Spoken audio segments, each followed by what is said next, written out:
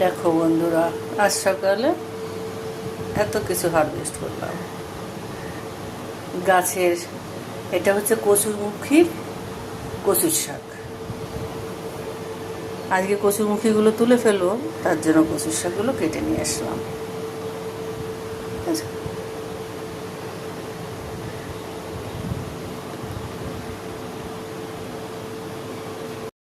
আজ রান্না করবো কচুর শাক, তার জন্য কচুর শাক আর ওই লঙ্কা রসুন পেঁয়াজ দিয়ে বসিয়ে দিলাম। এবার সিদ্ধ হতে থাকুক, তারপরে দেখাচ্ছি। লবণ আর হলুদ দিয়ে দিয়েছি, শাকও প্রায় সিদ্ধ হয়ে গেছে। এবার ভালো করে ঘেঁটে তারপরে নামাবো, নামিয়ে ফোড়ন দিয়ে দেবো। কচুর শাকটা সেদ্ধ হয়ে গেছে, এবার ফোড়ন দেবো। ফোড়নের জন্য তো আগেই বলেছি, পেঁয়াজ রসুন কুচি আর তেজপাতা শুকনো লঙ্কা পাঁচ ফোড়ন, আর কোনো মশলা দেবো না। কড়া বসিয়ে দিয়েছি, এবার তেল দিয়ে ফোড়ন দেবো। তেল গরম হয়ে গেছে, এবার পাঁচ ফোড়ন আর শুকনো লঙ্কা তেজপাতাটা ফোড়নে দিয়ে দেবো।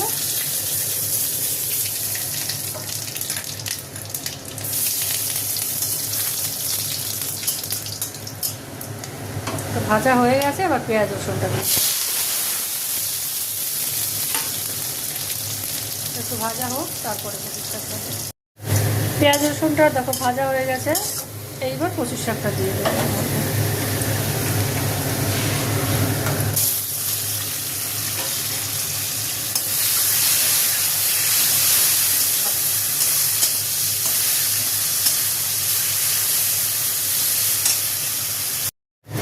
আমার কচুর শাক হয়ে গেছে, এবার নামিয়ে দেবো।